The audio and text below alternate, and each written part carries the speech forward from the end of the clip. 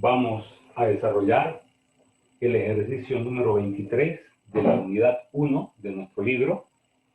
Dice así: en un recipiente termostatizado de 2 litros de capacidad se mezclan 300 miligramos de hidrógeno con 4 gramos de oxígeno a 20 grados centígrados. Se hace saltar una chispa y los gases reaccionan dando como único producto el agua. Calcular, inciso A, la presión total inicial, inciso B, la presión parcial de cada gas en la mezcla final y la presión total, inciso C, la masa de agua en estado líquido en la mezcla final.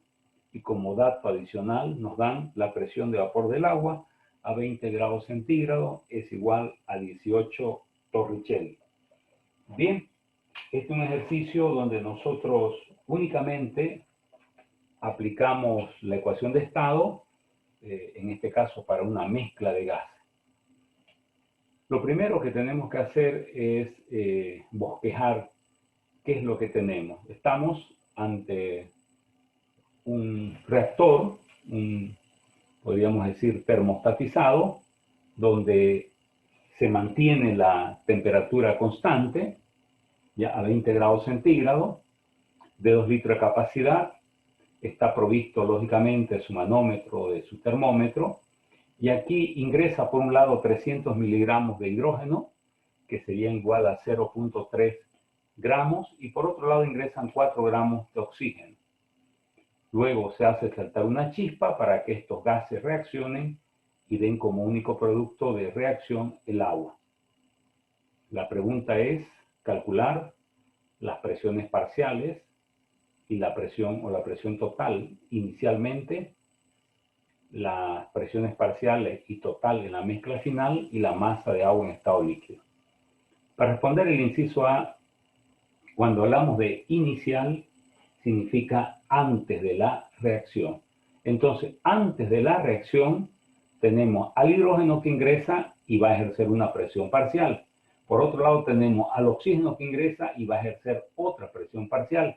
Y aquí aplicamos la ecuación de Dalton de las presiones parciales, que dice la presión total dentro de un recipiente donde se encuentra una mezcla de gases es la suma de las presiones parciales de cada uno de los componentes que conforman dicha mezcla.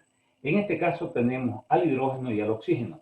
La presión parcial del hidrógeno se iguala al número de moles del hidrógeno por RT sobre volumen. Cuando ingrese el hidrógeno va a compartir junto con el oxígeno la misma temperatura, va a compartir el mismo volumen. Por eso es que aquí colocamos RT sobre volumen. Y la presión parcial del oxígeno sería el número de moles del oxígeno RT sobre volumen.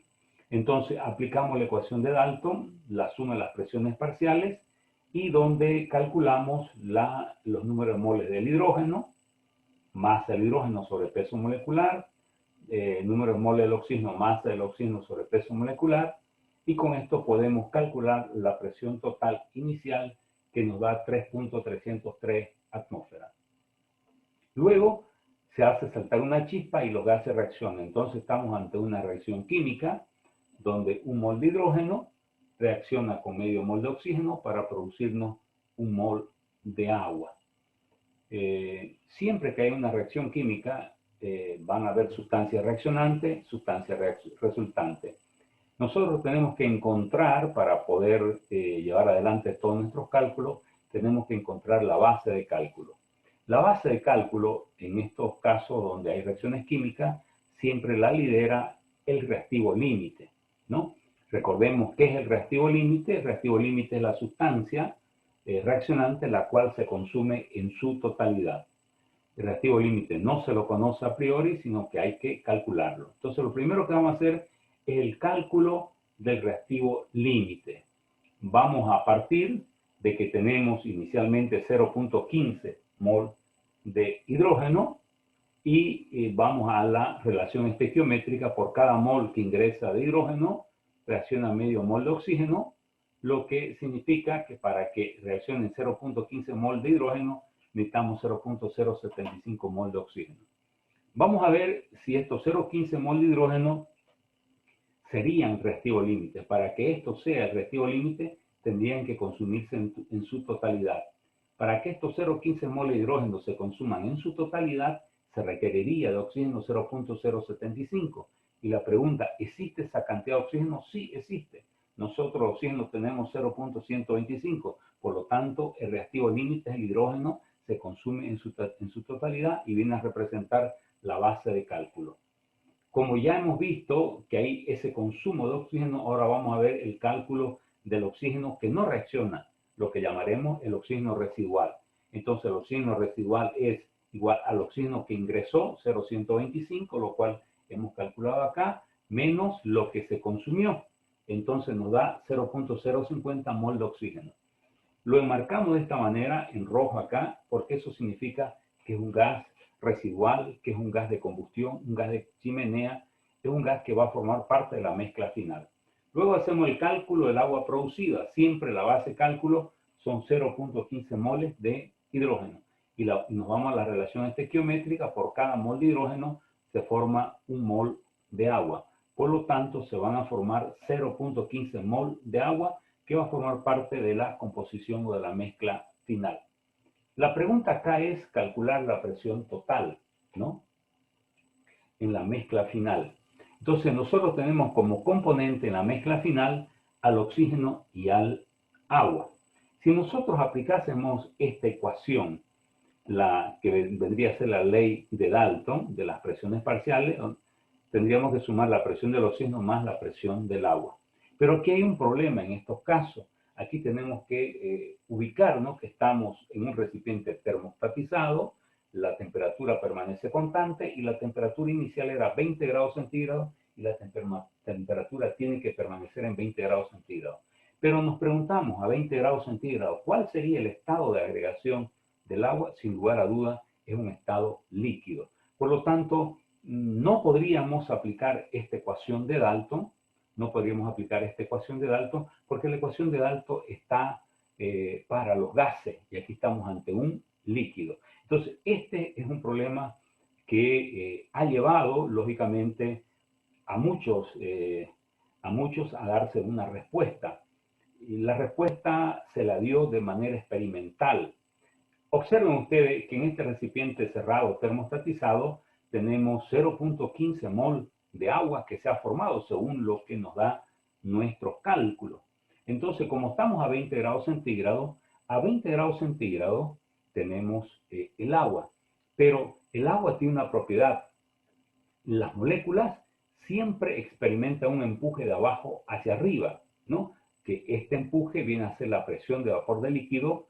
¿Y eso a qué motiva? A que las moléculas de abajo, que están en el fondo, empujan a las que están arriba y las que están sobre la superficie cambian de estado de agregación, del estado líquido pasa al estado gaseoso. Entonces, ese fenómeno, cuando no se alcanza la temperatura de ebullición, pero las moléculas pasan al estado gaseoso, se llama el fenómeno de evaporación. Entonces, hay una evaporación. Esa evaporación se mide por la presión de vapor de líquido. Es decir, a 20 grados centígrados, el líquido tiene una presión interna, una presión de vapor de 18 torricelli. Recordemos que 760 torricelli hacen una atmósfera. Entonces, van a haber algunas moléculas que a 20 grados centígrados se vayan al estado gaseoso. Este manómetro que está aquí va a medir, lógicamente, la presión de los gases, va a medir la presión del oxígeno, ya que efectivamente es gaseoso, y la presión de las moléculas de agua que se han ido al estado gaseoso. El problema es que no sabemos cuántas moléculas de agua o qué cantidad de agua se fue al estado gaseoso, ya que esta cantidad que está aquí, 0,15 mol de agua, es el agua total, el agua formada. De esos 0,15 mol de agua líquida, una parte se han ido al estado gaseoso y la gran mayoría se ha quedado en estado líquido. Entonces, la respuesta ante este tipo de problemas nos da la parte experimental. ¿Qué dice la parte experimental? Nos dicen, la presión que ejercen las moléculas que se han evaporado, es decir, que se han ido al estado líquido antes de alcanzar la temperatura de ebullición, la presión que ejercen esas moléculas que lograron irse al estado gaseoso es exactamente igual a la presión de vapor del líquido. Por lo tanto, aquí esta ecuación la podemos transformar de la siguiente manera. La presión del oxígeno más la presión de vapor del agua, ¿no? Recordemos que la presión de vapor del agua ya está dada, nos la dan 18 torricelli. Entonces tenemos aquí la presión del oxígeno, que viene a ser número de moles del oxígeno. ¿Qué oxígeno tenemos? Lógicamente el oxígeno residual, porque estamos en la mezcla final. R, la constante universal. T, la temperatura que permanece constante. B, el volumen. Entonces aquí podemos aplicar nuestros datos que todos los tenemos, dándole un valor de R de 0.082 litros atmósfera mol Kelvin y la presión de vapor del agua que son 18. Para llevar Torricelli a atmósfera tenemos que dividir entre 760. Entonces, esto nos haría una presión del oxígeno de 0.6 y de la presión de vapor del agua nos daría 0.0237, lo que nos da una presión total de 0.6237 atmósferas. Esa sería la presión total, ya significa después de la reacción. Y nos preguntan como tercer inciso la masa en estado líquido. Esta presión que ha medido el manómetro, el manómetro es la suma de las presiones parciales. ¿De quién? De la presión parcial del oxígeno gaseoso y de la presión parcial del agua en estado gaseoso.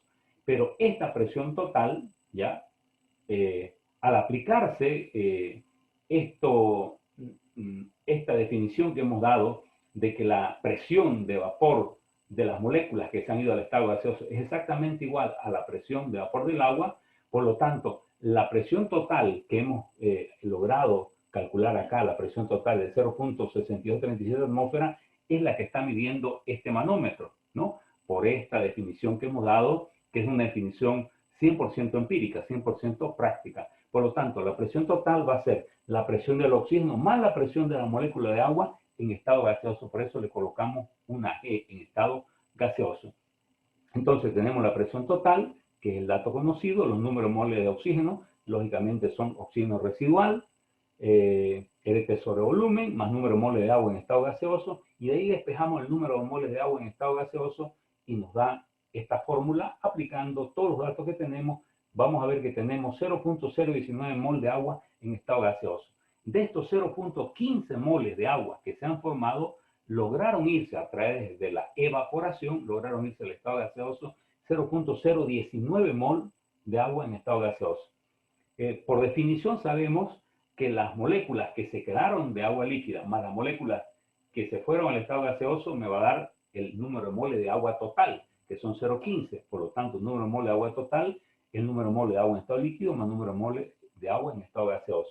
De ahí despejamos el número de moles de agua en estado líquido, el número de moles de agua total tenemos, el número de moles de agua en estado gaseoso hemos encontrado y tenemos el valor de 0.1481 mol. Pero esto es mol y lo que nos están pidiendo es la masa en estado líquido. Entonces, este número de mol que tenemos acá lo multiplicamos por el peso molecular del agua, que es 18, y vamos a obtener la cantidad en gramos de agua que se han quedado en estado líquido.